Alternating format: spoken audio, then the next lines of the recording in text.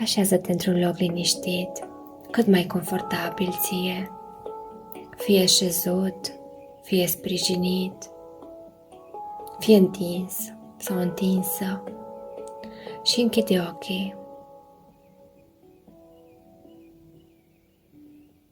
Și inspira adânc pe nas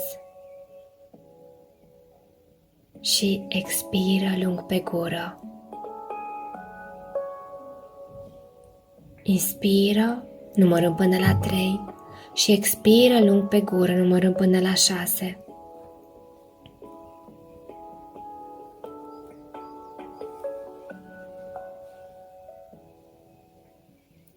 Inspiră și expiră.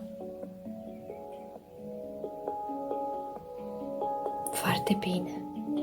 Și simte cum fiecare respirație te aduce mai aproape de tine. Și spune-ți următoarele cuvinte. Aici și acum îmi dau voie să fiu prezent, prezentă cu mine. Așa că lasă grijile deoparte, ele pot aștepta, te asigur. Acum ești în siguranță, doar să fii, pur și simplu. Și imaginează-ți că din tălpile tale pornesc rădăcini puternice, invizibile, care coboară în pământ.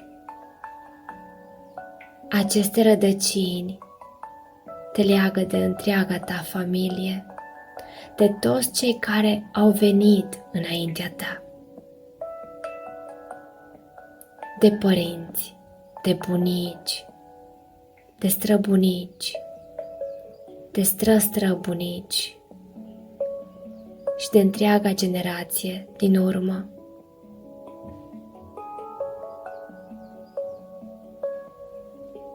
Respiră și deschide-te către această conexiune care îți aduce putere, dar și greutăți moștenite.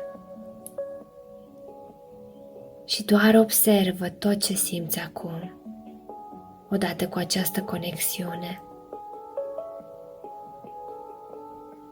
fără judecată, doar observă.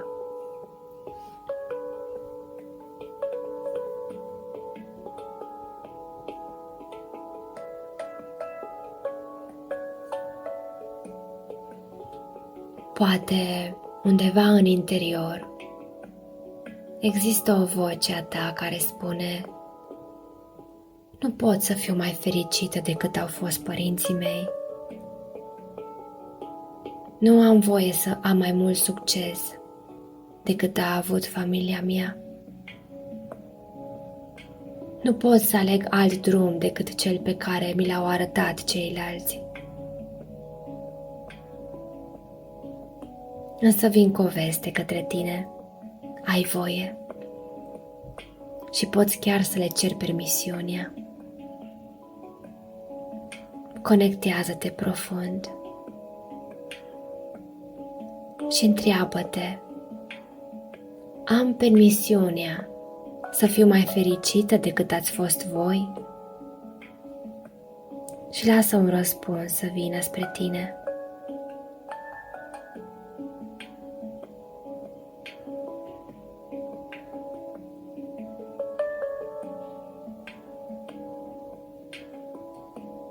Poți să păstrezi iubirea pentru familia ta, dar să renunți la loialitățile care te limitează. Îți poți onora părinții și bunicii și, în același timp, să îți trăiești viața ta, nu viața lor. Inspira adânc și la fiecare expirație spune cu voce șoptită: îmi dau permisiunea să primesc și să ofer iubire. Îmi dau voie să fiu mai fericită decât au fost cei din familia mea, pentru ca suferința lor să nu fie în zadar.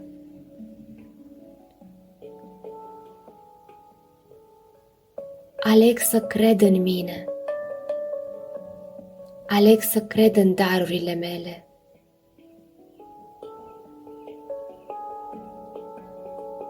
Îmi dau permisiunea să am succes. Să eliberez vina și frica. Îmi dau permisiunea să-mi trăiesc viața, făcând ceea ce mă împlinește pe mine, nu ceea ce așteaptă ceilalți.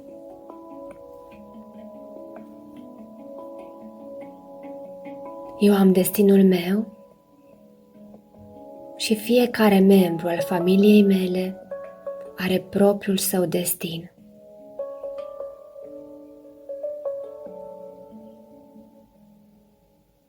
Și poți să le mai spui încă o dată și să respiri între ele și să le lași să prindă contur în corpul tău, în gândurile tale.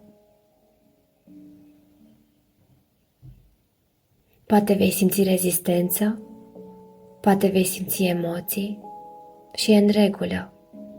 Doar respiră și lasă-le să treacă prin tine. Și bineînțeles, nu trebuie să faci mai mult decât ești pregătită să faci astăzi. Inspiră. Îmi dau permisiunea să primesc și să ofer iubire.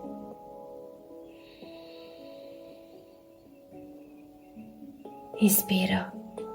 Îmi dau permisiunea să fiu mai fericită decât au fost cei din familia mea, pentru ca astfel suferința lor să nu fie în zadar.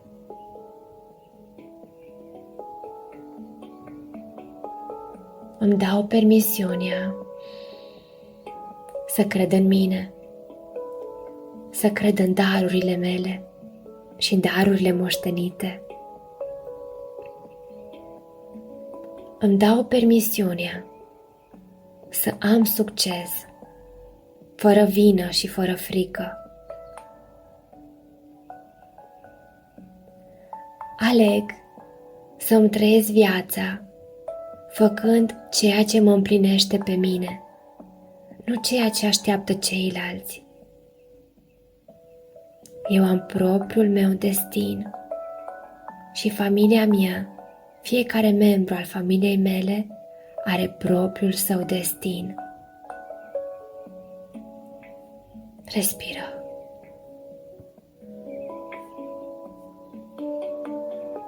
Foarte bine. Și acum, imaginează-ți o lumină caldă care coboară peste tine, din creștet până în tălpi.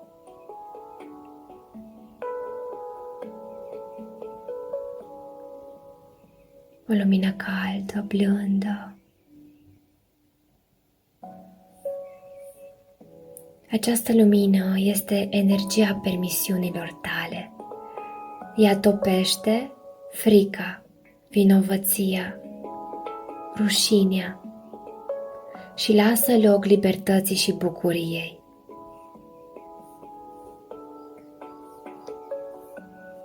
Și spuneți următoarele cuvinte. Aleg să îmi dau voie. Aleg să trăiesc. Inspira adânc încă o dată și simte cum aceste permisiuni devin parte din tine. Poți să revii la ele oricând ai nevoie, doar închizând ochii și repetându-le. Bravo! Și când ești gata, mișcă ușor mâinile și picioarele, deschide ochii și notează-ți în jurnal ce ai simțit. Și întreabă-te ce vreau să fac diferit de astăzi, știind că am voie. Răspunde în scris cât mai detaliat.